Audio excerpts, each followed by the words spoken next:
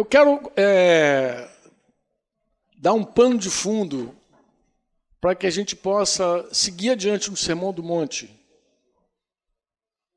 E eu queria explicar algumas coisas para vocês sobre Jesus e a lei de Moisés. Vocês sabem, lá é um texto que eu inclusive cito muito, João 1,17, quando João diz que a lei ela foi dada por meio de Moisés, a graça e a verdade por meio de Jesus Cristo. Então, lei veio por meio de Moisés, graça e verdade por meio de Jesus. E muita gente acredita que por conta disso há um conflito, há um problema. Jesus tem problema com a lei. Jesus é contrário à lei, né? Jesus ele não quer mais a lei, deu fim na lei. Não, porque o fim da lei é Cristo. Eu ainda cito aqui Paulo, mas o fim da lei ali não é fim de final, é fim de finalidade. Ele está dizendo, a finalidade da lei é Cristo. A lei precisa desembocar em Cristo. Esse é o propósito da lei. Então, a lei nunca foi um problema para Jesus. Eu garanto a vocês. Por meio das Escrituras, e também um pouquinho de história, acho que a gente pode enxergar melhor isso, né? A lei não é um problema para Jesus. Eu já vi gente dizer assim, Franco, por que Jesus não curou o cara dos 38 anos lá no domingo? O cara já estava 38 anos já, todo aferrado. Por que ele não fez no domingo, na sexta? Por que tinha que ser no sábado? Parece que Jesus está provocando os caras, parece que Jesus está falando de propósito, e tem uma sequência, João registra, Marcos também, parece que tem uma sequência provocativa de Jesus. Parece que ele só faz no sábado, só marca no sábado.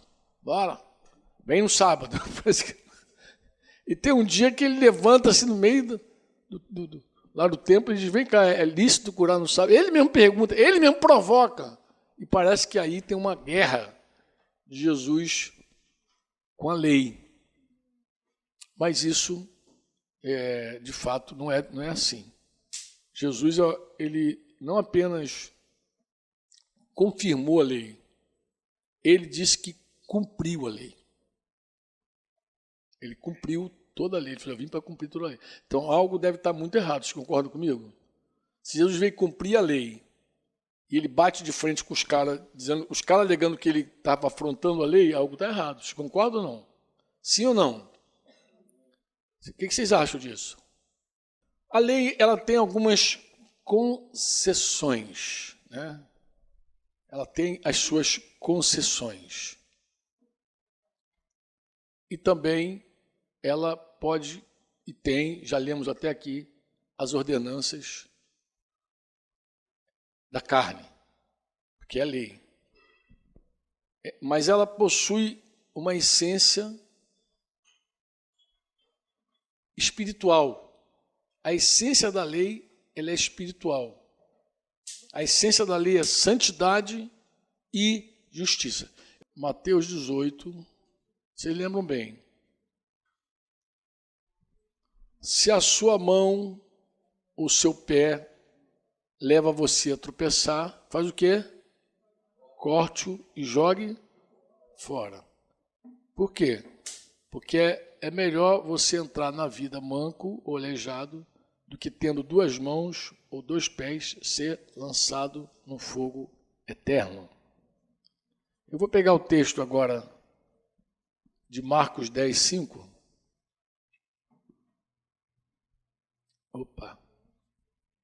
Marcos 10, 5. Quando Jesus diz assim, foi por causa da dureza do coração de vocês que Moisés deixou escrito esse mandamento. De que Jesus está falando? Do divórcio. Ele está falando do divórcio. Quando eu falo concessão, é isso. A lei tem suas concessões, né? Havia uma dureza de coração lá, por causa dessa dureza de coração, Moisés deixou escrito uma concessão lá. Tá bom, você divorcia, né? Mas quando você vai para Jesus, Jesus não dá nenhuma concessão. Jesus falou assim, tá, se é o braço, se é a mão esquerda, arranca, se é o olho. Jesus não dá nenhuma concessão. Ele não dá nenhuma colher. Ele não diz assim, se teu braço esquerdo te escandaliza, dá um jeitinho nele, bota um gessinho nele, faz uma fisioterapia. Não, ele arranca. Simplesmente ele manda arrancar. Claro que ele não está mandando você arrancar literalmente o teu braço, o teu olho. Ele tem um fundo. Ele quer chegar na verdade onde nós nos vemos completamente pecadores. Porque se a gente começar a fazer uma automutilação por causa do nosso pecado, não vai sobrar nada, nem a mão que começou a cortar. Nem a mão que começou a cortar tudo, no final ela vai ter que cortar ela mesmo. Vai ter que fazer uma manobra assim meio... Porque ela não vai sobrar nada. Mas Jesus é radical. Jesus não dá concessão. Vocês concordam comigo? Mas quando você vai para a lei tem. Não. Mas por que então que Moisés permitiu dar carta de divórcio, repudiar? A dureza do coração de vocês. Então a lei tem suas concessões, e não só concessões, né? Ela também algumas contém ordenanças. Hebreus 9:10 vai dizer assim, Hebreus 9:10, caça aí. Vai acompanhando para não falar bobagem, irmãos, por favor. Quando está falando da lei, dons e sacrifício, embora este no que diz respeito à consciência sejam ineficazes para aperfeiçoar aquela que presta culto. Está falando da ineficácia da lei, pois não passam de ordenanças da carne, baseadas somente em comidas, bebidas, diversas cerimônias de purificação imposta até o tempo oportuno de reforma. Ele está citando todo aquele sacrifício, toda aquela coisa, era uma coisa... Realmente foi uma ordenança da carne, mas ineficaz, não resolveria o nosso problema completamente, tem essa ineficácia, né? Mas ela é espiritual. Onde é que a gente vê que a lei é espiritual? Romanos 7:12 e 7:14, Paulo vai dizer isso, que em essência, 7:12, vê se não é isso. Assim, a lei é santa e o mandamento é santo, justo e bom. Você tem dúvida disso? Não. E o 14 vai dizer assim, porque bem sabemos que a lei é o quê? Ela é o quê? Espiritual. Eu, porém, sou carnal, vendido à escravidão do pecado. Alguém diz assim, mas como a lei pode ser espiritual? Ela é espiritual porque ela é o Jesus, ela é o verbo encarnado. Ela, Jesus ali... É a lei. Jesus ali, em essência, a espiritualidade é todo o bem que Deus quer fazer para os homens, né? É a lei. Eu estava citando para vocês que os cultos pagãos, em geral, quando você estuda história, você vai ver isso. Eu também fiquei surpreso de assistir uma aula de história antiga, falando do Egito. O professor falou assim, com muita naturalidade, falando que os cultos do Egito eram cultos que se baseavam em ritos. E não tinha nenhuma doutrina, nenhum dogma, nem nada, nenhum mandamento, nada. Em geral era assim mesmo.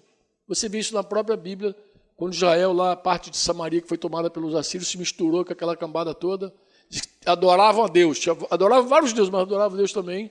E você estranha, porque você diz assim, mas como pode adorar a Deus, se Deus falou que não terá outros deuses diante de mim, está essa bagunça aqui, 2 Reis 17, se não falha a memória, está essa bagunça aqui em Samaria. Aquela bagunça tinha um fundamento, qual era? Muito provavelmente eles se apegaram aos rituais, sem a doutrina, sem a lei de Moisés. Porque a lei fatalmente diria, não terás outro Deus além de mim, só a Deus você vai adorar. E essa é a diferença do culto de Israel para o culto de qualquer outro povo. Pode estudar a história, tu vai ver. Na história tem muito culto, muita orgia, muita safadeza, muito sacrifício, humano até. A história vai falando de todos esses cultos, mas em nenhum momento fala de moralidade. Não tem nada moral. Não tem nenhum ensino moral. Não tem nenhum ensino moral. O ensino moral que havia nas nações nem estava relacionado ao culto. estava relacionado aos reinos, mas não ao culto, né? 1 Timóteo também, capítulo 1, versículo 8, Paulo também vai dizer que a lei é boa se alguém se utiliza dela de modo legítimo. Você vê que ela é espiritual, ela é boa, ela é santa, e nela nós podemos também ver uma clara antecipação da graça.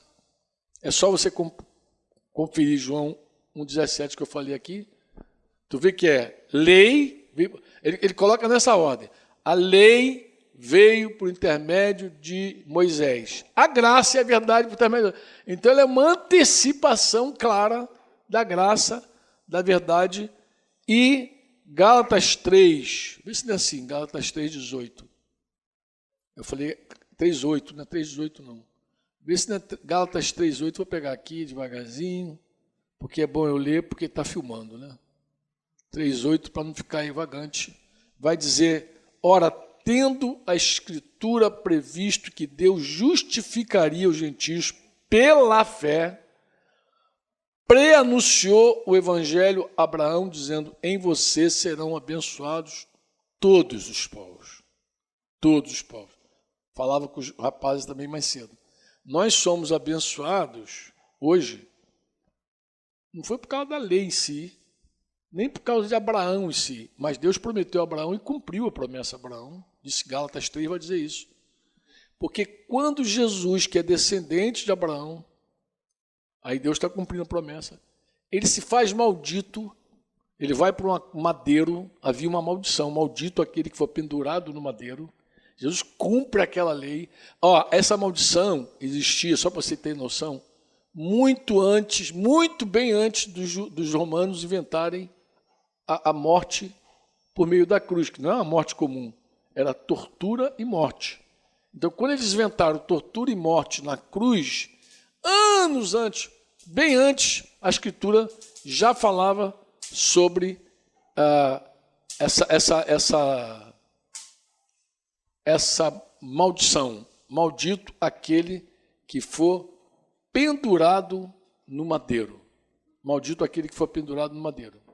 Então, quando Jesus se fez maldito, aqueles que entraram em Cristo, ele fez isso para trocar de lugar com a gente. Literalmente, você sabe que ele trocou de lugar.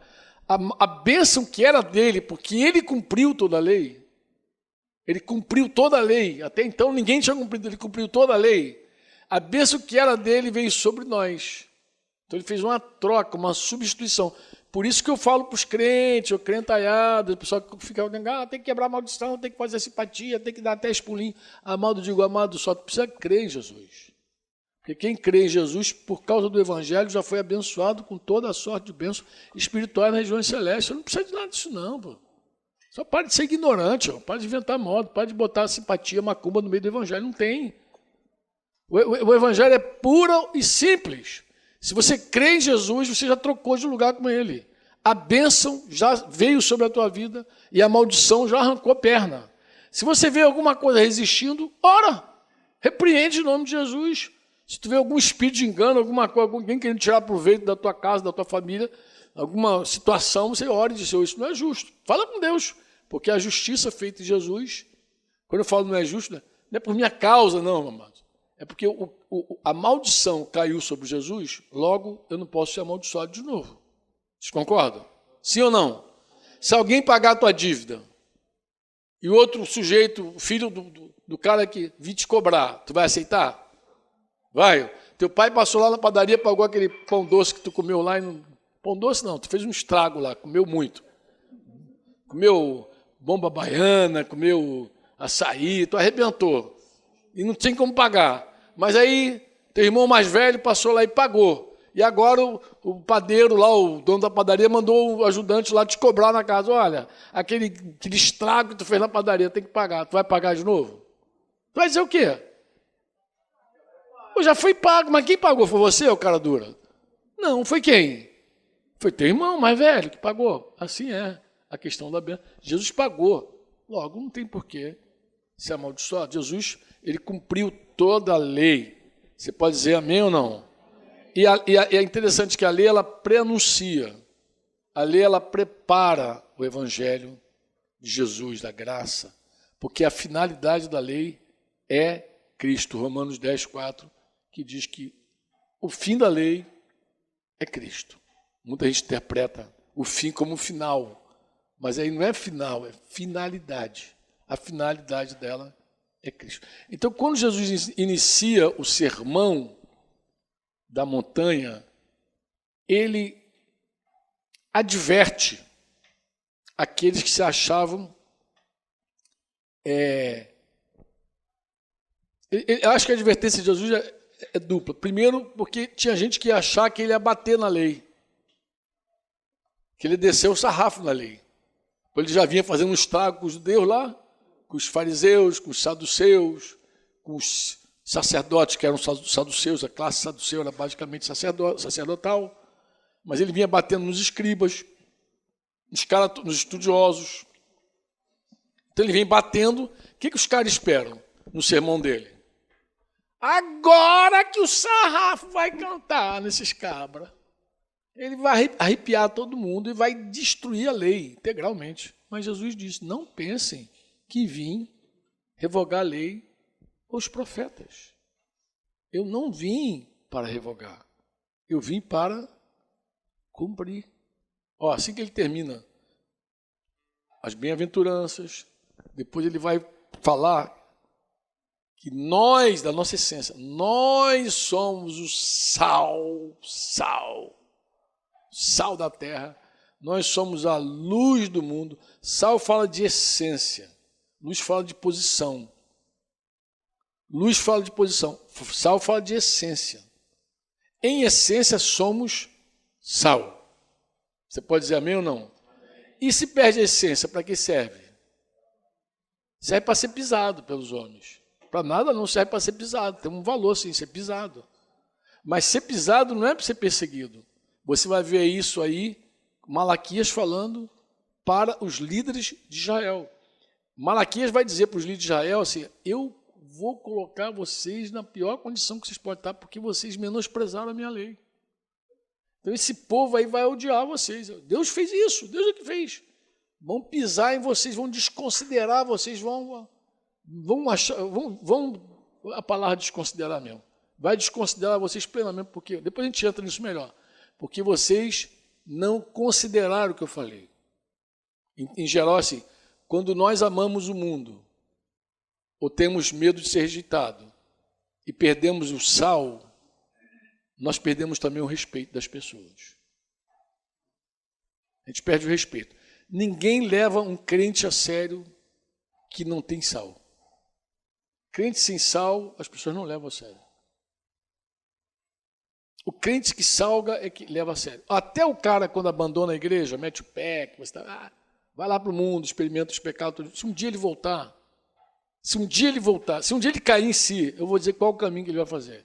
Ele vai lembrar da única pessoa que foi verdadeira com ele, que falou a verdade e amor com ele. Vai dizer, cara, fulano foi o único que me disse que eu precisava ouvir. Não é o que eu queria ouvir, não. O que eu precisava ouvir. Aí volta. Em geral volta, faz aquele caminho bonitinho e te procura. Quando o irmão assim trata de alguém bem e a pessoa mete o pé, eu digo, fica tranquilo, filho. Porque se um dia ele se arrepender, o caminho que ele vai fazer é isso, ele vai bater na tua porta. E não dá outra. Os irmãos experimentam isso, ver. Bate mesmo, diz, poxa, você cuidou de mim, Leni, você foi a única pessoa que falou a verdade, Lisane, você, Ana Paula, foi de verdade a pessoa que tratou de mim. Então ela vai dizer, ela vai lembrar e vai fazer o caminho de volta. Quando Jesus termina de falar da essência e da posição, ele vai dizer, vocês não pensem. Por que Jesus fala não pensem? Tu não acha que os caras já estavam pensando que ele ia revogar a lei? Eles já estavam pensando, estavam esperando por isso. Mas Jesus falou assim, não pensem isso. Eu não vim revogar. Eu vim cumprir. Porque, em verdade, aí ele vai dizer uma coisa que quase ninguém gosta de ouvir. Eu quero dizer uma coisa para você. Até que o céu e a terra passem, nenhum i ou tio, que eram as menores letras do alfabeto hebraico lá, passará da lei até que tudo se cumpra. Aquele, pois, que desrespeitar um destes mandamentos, ainda que dos menores, ensinar aos outros a fazer o mesmo, será considerado mínimo no reino dos céus. Muita gente diz assim, mas mínimo é aquele cara que entrou raspando, passou com a nota 6, 5, 4, passou a nota mínima. Irmãos, eu não tenho essa certeza. Eu não sei o que é esse mínimo. Já me perguntaram, eu não tenho ideia do que é esse mínimo no reino dos céus. Porque eu só ouço Jesus falando de grande no reino do céu, grande no reino do céu, grande no reino do céu. O que é mínimo? Eu não tenho ideia. Eu sei uma coisa, eu não quero. Eu não quero passar raspando, não quero nada. Eu quero a graça de Deus, eu quero abundância de vida. Eu quero vida abundante. Você pode dizer amém ou não? Você também quer ou não? Quer? Então, quando Paulo se refere à lei, irmãos, ele se refere à lei com respeito e zelo. Ele vai dizer em Romanos 13, 9 e 10, pois esses mandamentos, não cometa adultério, não mate, não furte, não cobice, e qualquer outro mandamento que houver, todos se resumem nesta palavra. Qual é? Ame o seu próximo como você ama a si mesmo. O amor não pratica o mal contra o próximo. Portanto, o cumprimento da lei é o amor. Ele não fala mal da lei. Trata com respeito. Ele explica que a lei pode ser experimentada por nós de um outro jeito. Com amor. Por meio do amor. Oi, lindo. Vai dar 20? Já deu 20, coisa boa. Então, eu vou deixar uma pergunta aqui para o... Gostei, hein? Samuel manda ver mesmo, ele fala. Vou deixar uma pergunta aqui para o próximo nosso encontro, porque agora, hoje não vai ter. Só para você pensar. Se não havia conflito entre Jesus e a lei, nem os apóstolos, qual era então o problema de Jesus com os religiosos da sua época? Se Jesus não tinha problema com a lei de Moisés, se os apóstolos não tinham problema com a lei de Moisés, então qual era o problema que havia entre Jesus e os religiosos? A próxima.